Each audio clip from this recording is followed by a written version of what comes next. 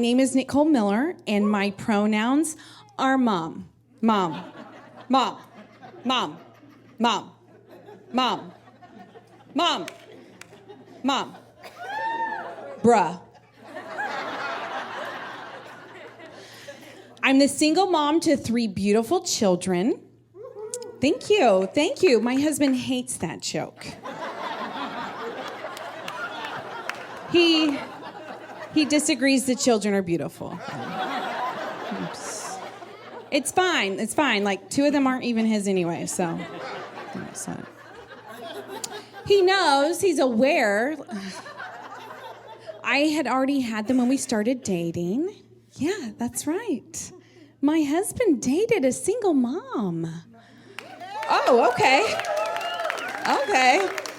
I was like, what is he thinking, dating a single mom? Hey, get off the counter. Seriously, get off the counter. Guys, I'm so sorry. I brought my kids here tonight, and I don't know what I was thinking. What I was thinking is I had raised some respectful humans who could handle this. So guys, I'm so sorry. And Stevie, we'll just need to cut that too, I guess. Okay, so single moms. Dating a single mom makes no sense. Dating a single mom makes about as much sense as dating someone in prison. You know she's gonna be really busy for 18 years to life. Because when I got knocked up, I got locked up, people. This is a life sentence. I'll tell you that in birth class, but I was actually thinking of prisoners, and I was kind of jealous of them because as a mom, they have something I'll never have: a release date. When are these kids gonna move out? Not when they're 18. I've seen the youngest's test scores. I don't know when they're gonna move out. And you can't retire from being a mom. I tried. The youngest cried. Not as hard as her dad. But you can't retire. You can't re-gift them. They're not like a candle you got from the office Christmas party. Like, it's super cute, but it smells kind of funny, and I think it'd look better in your house. You can't re-gift them. You can't retire. You can't rehome them. They're not pets. You can't put them on Facebook Marketplace asking for a rehoming fee. I mean, can you? Can you do that? I'm pretty sure you can't do that. They're not pets. Oh, and speaking of pets, what does everyone tell you to get before you become a parent, to practice being a parent? What do they say? Yes, get a dog, get a puppy. Get a puppy. I actually did that in a show once, and this lady hollered out, alcohol! Alcohol does not help you prepare to be a parent. Okay. It's how I became a parent, but it doesn't prepare you to be a parent. Yeah, everyone says get a puppy to practice being a parent. But a human and a puppy are 2 totally different things. For one, a puppy is always happy when you come home. And a puppy won't grow up and yell at you, I hate you! You're the reason I'm in therapy! A puppy can't do that because a puppy can't talk. So don't get a puppy. If you want to practice being a parent before having kids, don't get a puppy. Marry a man.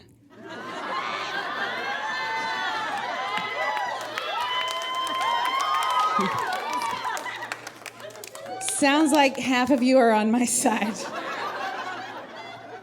Yeah, marry a man. They're messy, most need changing, and they go around saying words I don't understand, like budget,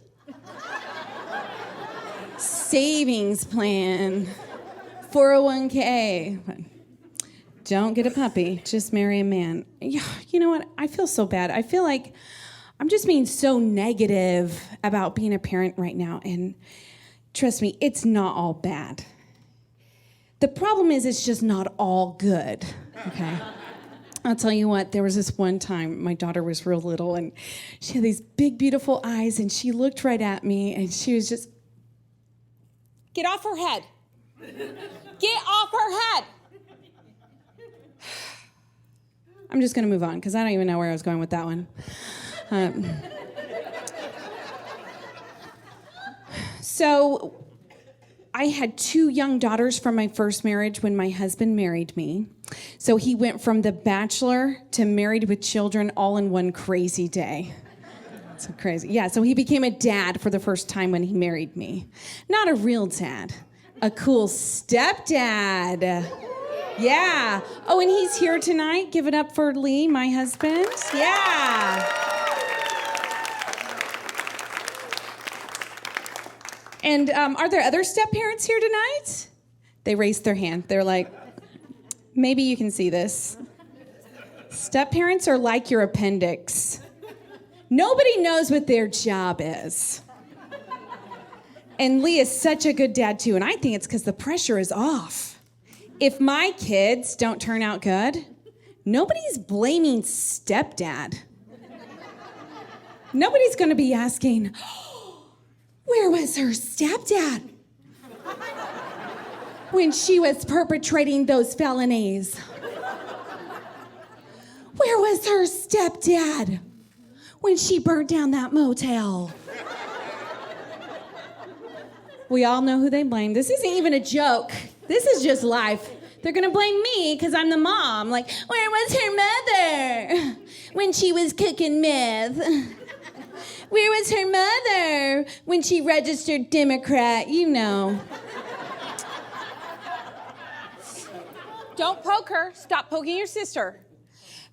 Even I did it the other day. I blamed a mom. I was at the park, and there was this sweet little boy. He got pushed so hard by this mean girl, he fell. His face was bleeding, and instinctually, I blamed the mom.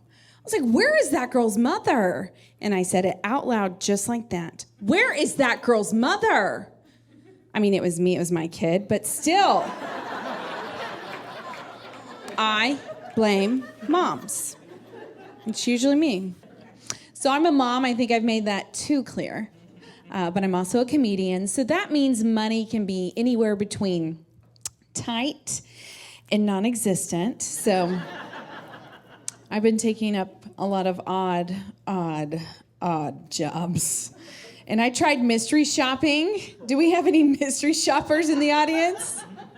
Okay, good. Either A, we have no mystery shoppers, or B, we have the best mystery shoppers who shall remain a mystery. That's our options. That's fine. That's fine. Mystery shopping is when you're a spy for a corporation and you go to a store or a restaurant like you're just any regular customer, but afterwards you fill out a very detailed survey telling the company on their employees. Yeah, that's mystery shopping. But I was recently assigned to mystery shop at the mental health hospital. Yeah. Mm-hmm. And this was kind of nerve-wracking because they sent me a list of things. They're like, do not say this at the mental health hospital because they will not let you leave. I mean, you can say them in a store, you can say them at the restaurant, but not at the mental health hospital. And I got so nervous and kind of in my head, and I was thinking, oh my goodness, I have a husband and 3 children at home. What would they do if I just couldn't come home for 72 hours? Hear this, they would not survive. They could not survive 72 hours without me. So when the doctor asked me, you know, Mrs. Miller, do you feel like you're a danger to yourself or others? I took a deep breath and I bravely asked, before I answer this question, what's for dinner tonight? It was chicken fried steak and it was amazing. My family was fine. Turns out that's what microwaves were for. It was the best 3-day weekend ever. I didn't have to cook. I didn't have to clean. And for once as the mom, I got to do arts and crafts. Oh, and the drugs there were way better than whatever I had at the house. 5 stars. We'll definitely go again.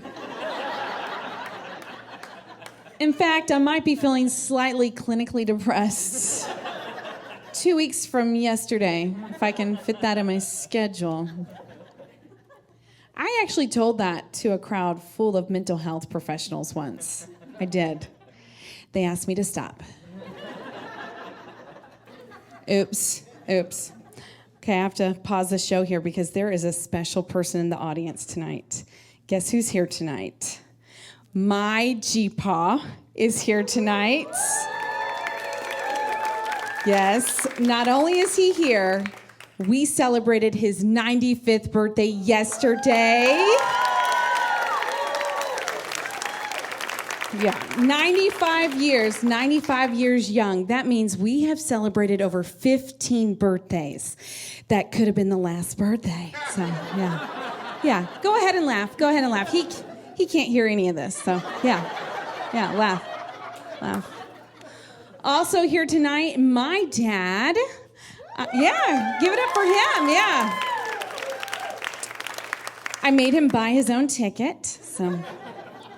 Do we have other dads here tonight? No? Okay, good, yeah, we have dads. Yeah, dads, hi dads.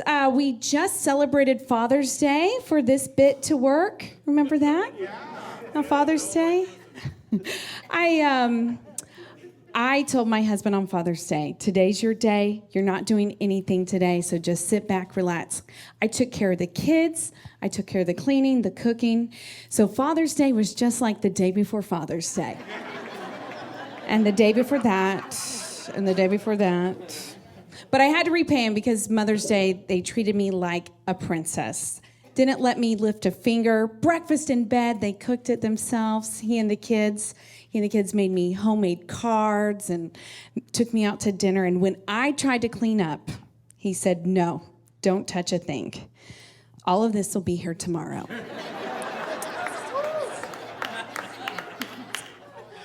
I believe on Mother's Day, there's 2 types of moms. There's moms like me, myself. I'm in the trenches. I'm doing the carpool lane. I'm going to soccer practice. I'm holding down the fort and holding on by a thread. I refer to myself and moms like me as active duty moms. Then there are other moms. These are the moms who their children are well in their 40s. You know, somebody calls them grandma. They have not seen the inside of a McDonald's play place in decades. I lovingly refer to these moms as veteran moms.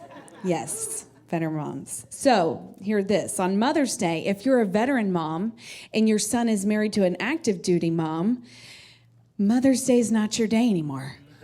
Yeah. You had your day. It's not your day. Now, I want you to hear this clearly because I want you to know, look, veteran moms, we love you.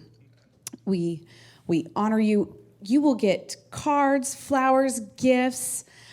You know, might take you out to brunch, just maybe not on Mother's Day, you know. Veteran moms, we thank you for your cervix.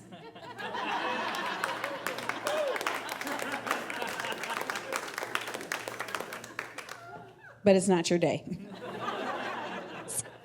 Speaking of veteran moms, my mom is in the audience. Yes. I feel like all I'm doing is shouting outs, like doing shout outs. So clap if you're related to me.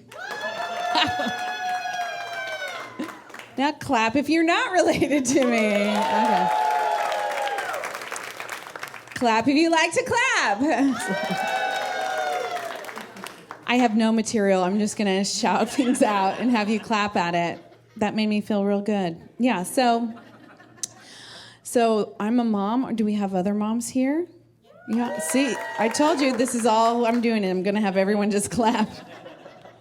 I don't know if this happened to you when you became a mom, but when I became a mom, everybody just assumed I'd be a good mom. I don't know that I am. Have you heard of a helicopter parent?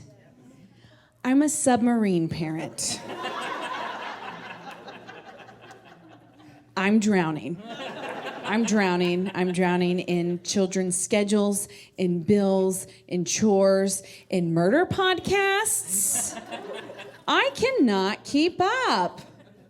I have Pinterest, so I know I'm not the best mom. But I also watch the news, so I know I'm not the worst mom. I've decided that I'm like, the okayest mom. Okayest mom. Here's how I'm just okay. I lie to my children.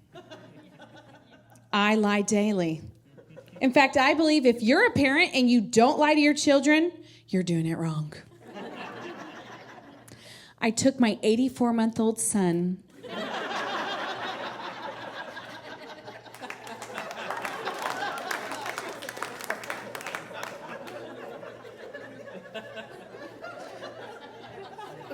He's 7.